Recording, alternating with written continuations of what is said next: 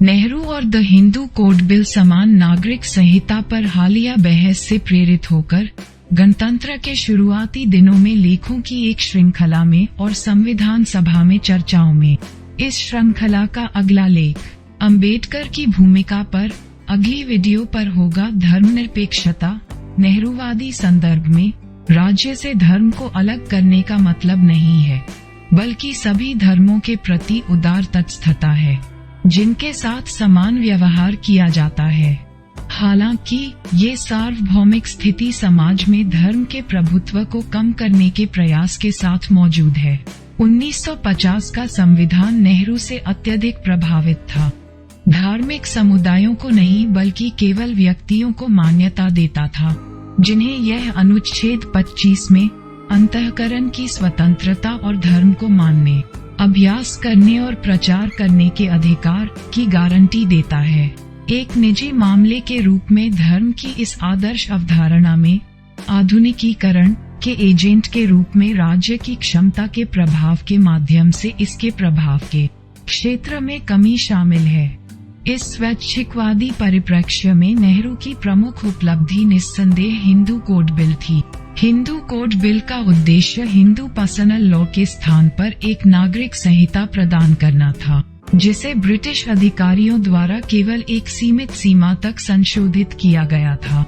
Bill को 9 अप्रैल 1948 को संविधान सभा में पेश किया गया था, लेकिन इसने काफी विवाद पैदा किया और बाद में इसे 3 और विशेष बिलों में तोड़ दिया गया, जो 1952 से 1957 के कार्यकाल में लोकसभा के सामने आया। हिंदू मैरिज बिल ने बहुविवाह को गैरकानूनी घोषित कर दिया और इसमें अंतरजातीय विवाह और तलाक की प्रक्रियाओं से संबंधित प्रावधान शामिल थे।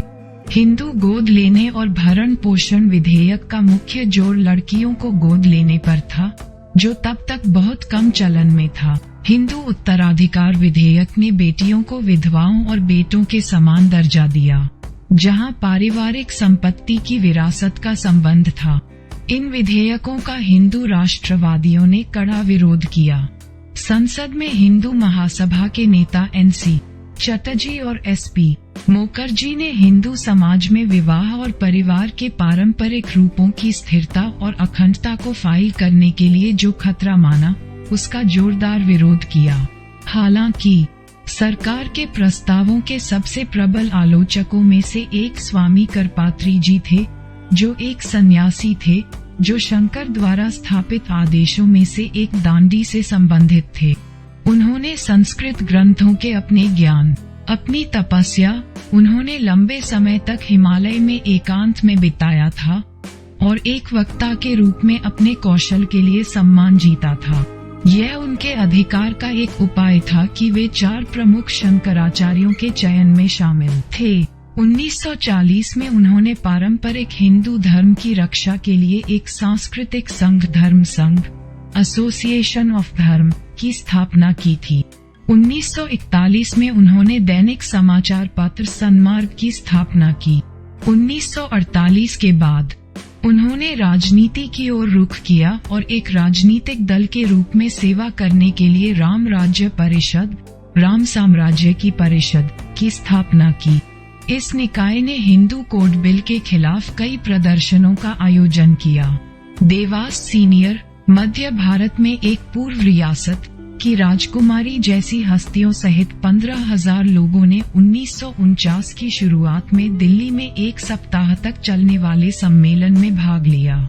हिंदू राष्ट्रवादी उनके हिस्से के लिए विशेष रूप से नाराज थे कि नागरिक कानून सुधार केवल हिंदुओं से संबंधित थे, जबकि संविधान ने निर्देशक सिद्धांतों के अनुच्छेद 44 में राज्य को भारत को एक समान नागरिक संहिता देने के लिए कहा था।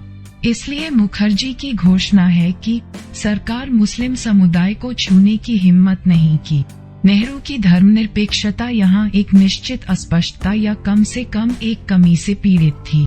निस्संदेह उन मुसलमानों को आश्वस्त करने की उनकी चिंता के कारण जिन्होंने भारत में रहने का विकल्प चुना था, वह मुसलमानों को प्रभावित करने वाले मामलों में मुस्लिम पर्सनल लॉ लागू करने के लिए दीवानी अदालतों के अधिकार को माफ करने के लिए तैयार थे।